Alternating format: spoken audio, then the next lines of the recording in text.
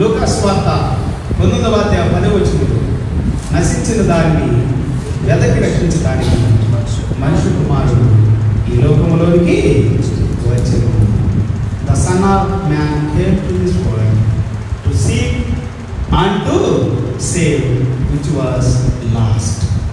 ఏదైతే నశించిపోయిందో, నాశనమైపోయిందో దాన్ని రక్షించడానికి మనుష్య కుమారుడు వచ్చాడు, యేసుక్రీస్తు వచ్చాడు. హల్లెలూయా, హల్లెలూయా. యేసు ప్రభు భూమి మీదకి ఎందుకు వచ్చాడయ్యా అంటే నశించిన దాన్ని రక్షించడానికి, పాపులను రక్షించడానికి, పాపము నుండి విడిపించడానికి, పతనమైపోయి పాడైపోయినటువంటి మనుషులను బాగు చేయడానికి, స్వస్థపరచడానికి.